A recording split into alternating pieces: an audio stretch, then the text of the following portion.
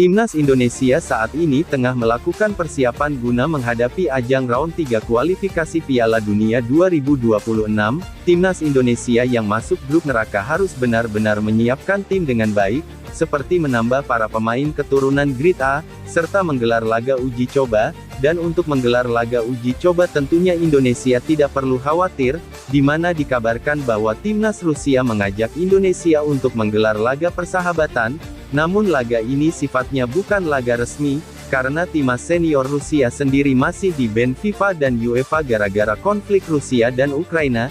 Jelas bagaimanapun ini bisa jadi hal positif apalagi untuk persiapan bulan September nanti, dan konsepnya bisa dilakukan ketika melakukan training match melawan Tanzania beberapa waktu lalu. Di sisi lain media Vietnam Soha entah mengapa menyebut Shin Tae-yong sebagai pelatih bertangan besi, sesuatu yang kemudian seolah mendapat penolakan dari Tom Hai yang mengungkapkan sisi lain Coach Shin, dan ia pun cukup dibuat kaget akan hal tersebut. Indonesia diajak uji coba Rusia.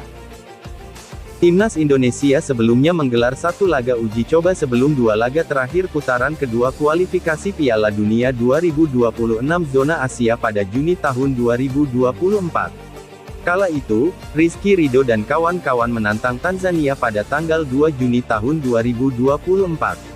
Laga tersebut berakhir dengan skor 0-0, hal ini juga bisa kembali dilakukan oleh Timnas Indonesia guna mempersiapkan tim untuk round ketiga nantinya. Namun, Bapak Sumarji mengisyaratkan bahwa tidak ada laga uji coba buat Timnas Indonesia sebelum mengawali putaran ketiga, akan tetapi di satu sisi pemerintah Rusia melalui duta besar mereka, Lyudmila Gevorobieva bertemu dengan Menteri Pemuda dan Olahraga, Menpora, Dito Aryo Tejo. Salah satu pembahasannya mengenai rencana uji coba Timnas Indonesia vs Timnas Rusia. Kemenpora pun menyambut baik ajakan laga uji coba tersebut. Pasalnya, menjadi momentum untuk Timnas Indonesia mengambil pengalaman melawan Rusia yang mana kualitas sepak bolanya yang jauh lebih maju. Akan tetapi, Kemenpora belum bisa bicara terlalu detail terkait hal tersebut. Oleh dikarenakan, tindak lanjut ajakan itu yang akan merespons adalah PSSI. Jika memang benar terlaksana, maka laga Timnas Indonesia kontra Timnas Rusia hanya FIFA Birthday biasa, di mana seperti diketahui, Timnas Rusia sedang mendapatkan sanksi yang dijatuhkan Dewan FIFA dan juga Komite Eksekutif UEFA pada tanggal 1 Maret tahun 2022, dan dipublikasikan di situs resmi mereka. Sanksi tersebut diberikan FIFA dan UEFA karena Rusia melakukan invasi ke Ukraina sejak Februari tahun 2022. Akibatnya, Timnas Rusia dilarang tampil pada ajang internasional yang berada di bawah naungan FIFA dan UEFA, namun FIFA dan UEFA ternyata tidak pernah melarang Rusia untuk melakoni laga persahabatan. Syaratnya adalah, laga yang digelar tidak berada di bawah naungan dari dua pihak tersebut. Contohnya seperti FIFA Matchday. Jadi, Rusia diperbolehkan melakoni laga persahabatan selama itu hanya sekadar pertandingan biasa, dan di luar jadwal FIFA Matchday. Jadi untuk Indonesia sendiri laga kontrak Iran ini bisa menjadi persiapan jelang menghadapi ajian round 3 kualifikasi Piala Dunia 2026 zona Asia yang akan dimulai pada September mendatang. Media Vietnam sebut Shin Tae-yong tangan besi.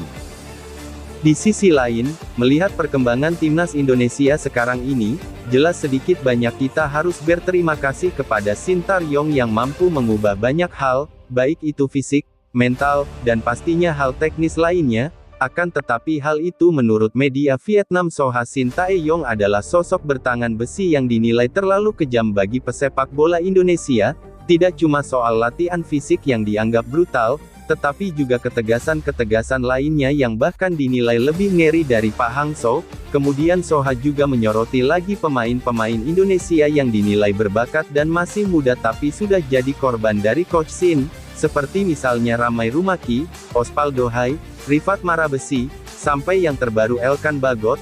Intinya bagi yang mengikuti perjalanan Shin Tae-yong melatih Indonesia sejak awal sampai sekarang memang ngeri banget, dan kalian bisa lihat sendiri jejak-jejak digital yang udah tersebar di nyaris semua platform sosial media. Lebih lanjut melihat karakter melatih Shin Tae-yong yang galaknya bukan main, membuat banyak pihak khususnya para pelaku lama sepak bola Indonesia menilai Coach Shin ini punya karakter yang 11-12 dengan pelatih Timnas Indonesia di SEA Games 1991, Anatoly Polosin, pelatih bertangan besi asal Rusia juga merevolusi tradisi timnas Indonesia di masa itu. Alih-alih fokus ke sepak bola indah, pria kelahiran tanggal 30 Agustus tahun 1935 ini lebih mengedepankan kekuatan fisik yang pernah diaplikasikan pelatih asal Belanda Vilco Erver untuk timnas era 1970-an. Mantan penyerang timnas Indonesia Widodo Cahyono Putro menceritakan soal betapa gilanya gaya latihan Polosin ketika itu, saat masa persiapan menuju SEA Games 1991.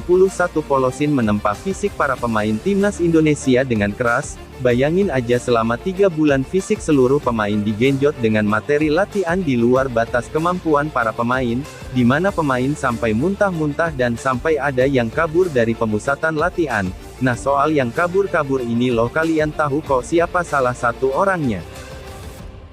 Ketika itu kami memang dipersiapkan jauh-jauh hari, hampir 3 bulan, ada sesi latihan selama 3 kali dalam sehari, selama 2 pekan kalau tidak salah, sangat luar biasa.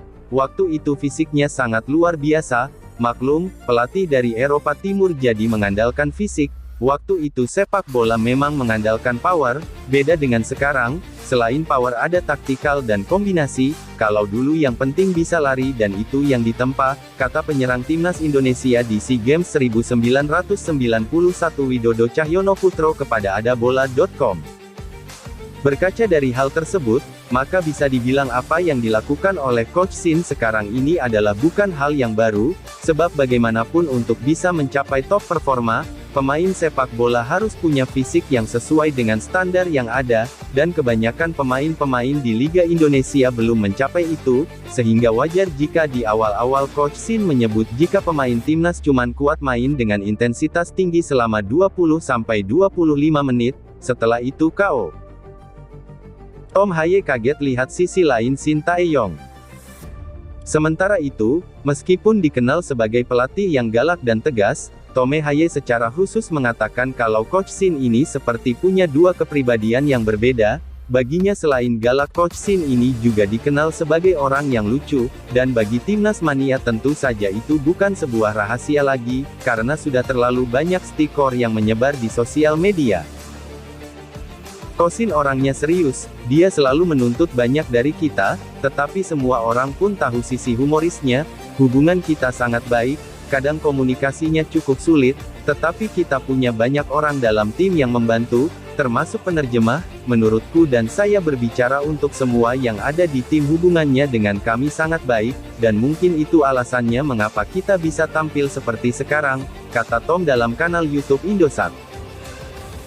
Berkaca dari segala hal dan komentar tadi, sebenarnya semua metode keras yang diterapkan pada akhirnya akan membuahkan hasil. Bersama Polosin, fisik pemain timnas Indonesia di masa itu mengalami peningkatan drastis, di mana pelatih asal Rusia itu bisa membuat pemain berlari menempuh jarak 4 km dalam waktu 15 menit saja, lalu standar pemain pun sudah sesuai dengan pemain Eropa, dan latihan keras serta fisik yang diterapkan Polosin, pada akhirnya mampu membawa timnas Indonesia menjadi Raja Asia Tenggara, dengan catatan tak terkalahkan sepanjang SEA Games 1991 untuk kemudian meraih medali emas, lalu di bawah Shin Tae-yong. Sekarang kita bisa lihat para pemain timnas Indonesia bisa main dengan intensitas tinggi selama 90 menit bahkan ketika melawan tim-tim kuat Asia. Kemudian beragam prestasi dan sejarah yang dibuat Coach Shin bersama tim Garuda sekali lagi menjadi bukti jika progres ini nyata adanya. Untuk itu agak gimana gitu kalau masih ada yang bilang Coach Shin ini gagal.